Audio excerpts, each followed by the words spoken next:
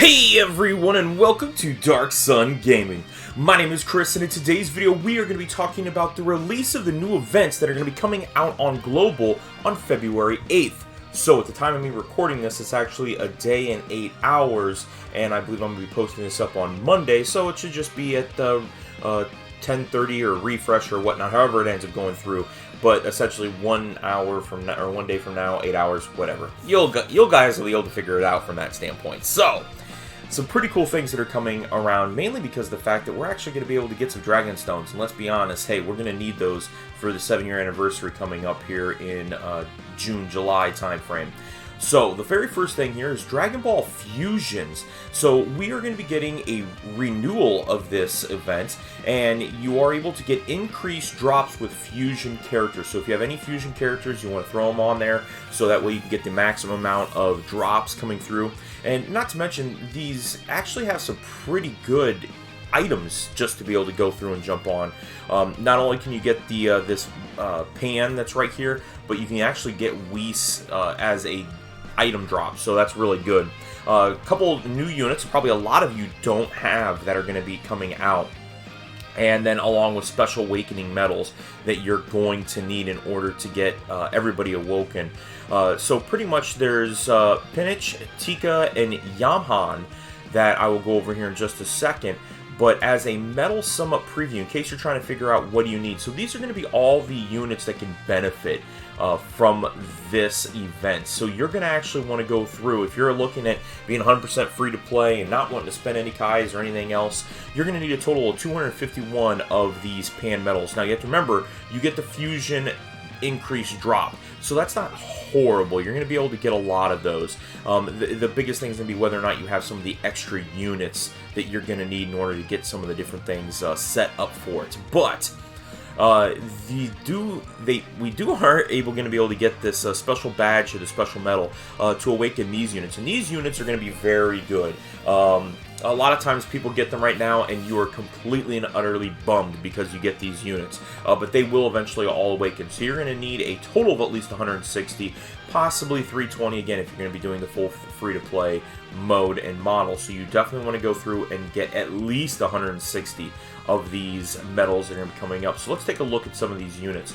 So Tikka, the thing that's pretty interesting about this is that these guys are getting Awakenings and Extreme Z Awakenings, and you're talking about units that came out on the global side of the game in March of 2017. Now, the thing that's interesting is they came out in October of 2016, so when these units first came out in JP versus global, you're talking about a good 6-month gap. Now, if you take a look at the release schedule gap, you're talking about December 16th, these were released on JP, February 8th on global, so a very short time period. As you can see, we are getting much, much closer as far as things being released, because I know a lot of times people question whether or not they should jump over to JP because it's the hype unit, and that happens every anniversary.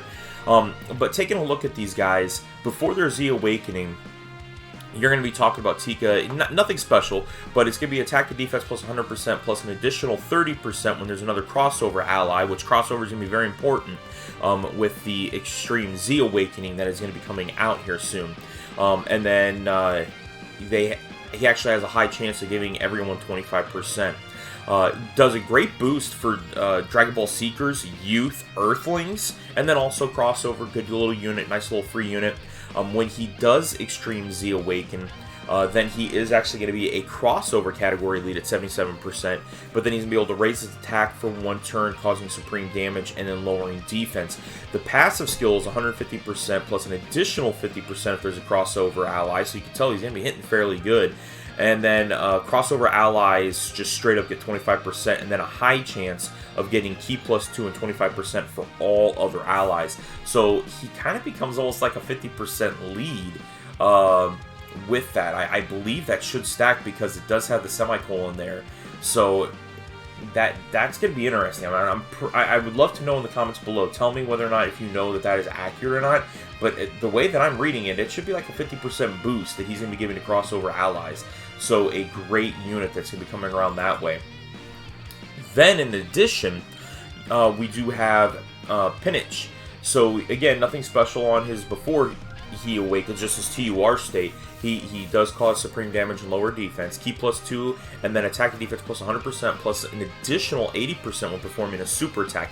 He's a little interesting because he's Secret of the Dragon Ball Youth crossover for his category, so not a whole lot there, but he's considered like a Saiyan with all of his links. So his links are wonky, it's a little strange, but that's kind of the way Dragon Ball Fusions is. I mean, a lot of the stuff is very, very odd when it comes around to it. But if you take a look at the Z Awakened version of him, so again, another crossover category at 77%, but he'll raise attack for a turn, and then, again, cause supreme damage and lower lower defense. And then his passive is ki +3 and attack plus 150%, plus an additional 120% when performing a super attack for his attack, and then launches an additional attack that has a medium chance of becoming a super attack. So, you know, that's, again, he's going to become pretty devastating. I mean, he's going to easily be hitting probably over 1 million. Oh, he'll easily be hitting over 1 million. I mean, he might actually be closer to 2. Again, I can't wait to kind of try these guys out and see what kind of things they're going to have. Now, Yamaha was a character that had originally released on JP but never came to the global side, so now he'll actually be in the global side and he'll actually get an awakening right away.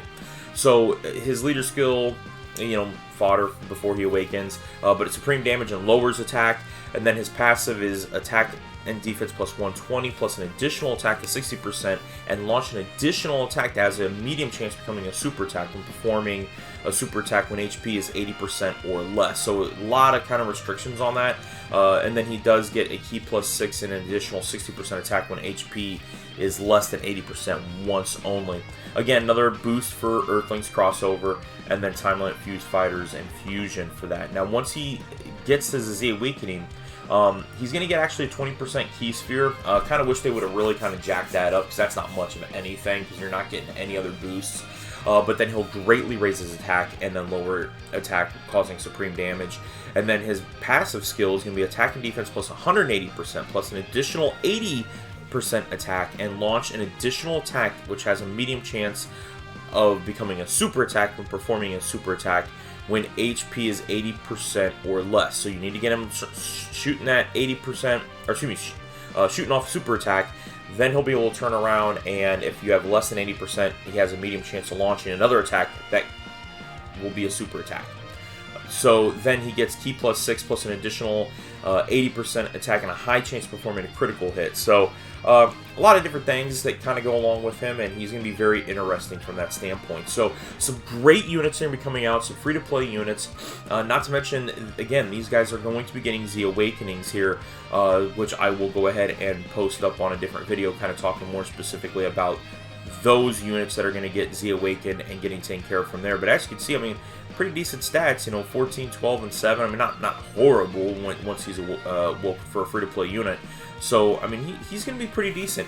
Again, pretty nice to be able to see some Z Awakenings happening for some very old units that probably everybody may or may not have, depending upon what's going on, because these are free-to-play, but we will have the renewal that's going to be coming up, so pretty cool on that standpoint. But otherwise, that's going to be it. That's going to be today's video. If you haven't done so already, please make sure you go down, hit that red subscribe button, and don't forget that notification bell so you're notified each and every time that I'm uploading a new video. But otherwise, that's it. That's today's video. Thank you all very much for watching.